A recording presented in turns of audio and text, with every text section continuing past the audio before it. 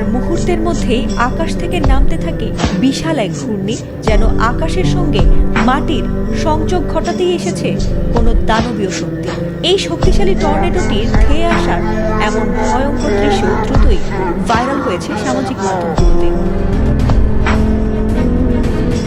টাঙ্গাইলের পর এবার ব্রাহ্মণবাড়িয়ার কাইজলাবিলে দেখা গেছে শক্তিশালী টর্নেডোটি। শুক্রবার বিকেল ৫টার দিকে সদর উপজেলার পাঘাচং ও বিজয়নগর উপজেলার কাইজলাবিলের উপর দিয়ে টর্নেডোটি বয়ে যায়। ভিডিওতে দেখা গেছে ভয়ে কেউ দৌড়ে পালাচ্ছে, কেউ আল্লাহর নাম নিয়ে আজান দিচ্ছে, আবার কেউ মোবাইল হাতে ভিডিও করছে এই বিস্ময়কর দৃশ্যটি।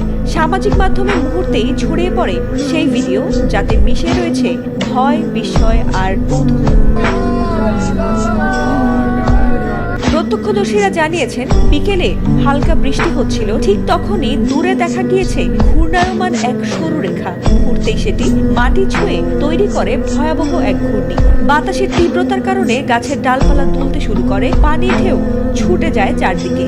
আর হঠাৎ এমন দৃশ্য দেখে ঘাবড়ে গিয়েছিলেন অনেকেই, আর অনেকেই ভেবেছিলেন এই বুঝি আল্লাহর শাস্তি নেমে এসেছে।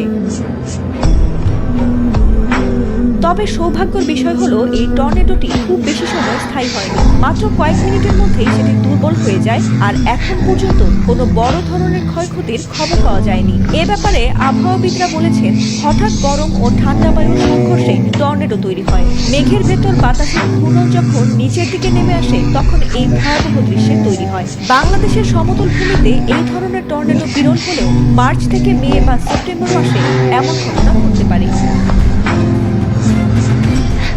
এর আগেও ব্রাহ্মণবাড়িয়ার এ এলাকায় টর্নেডোর ঘটনা ঘটেছিল।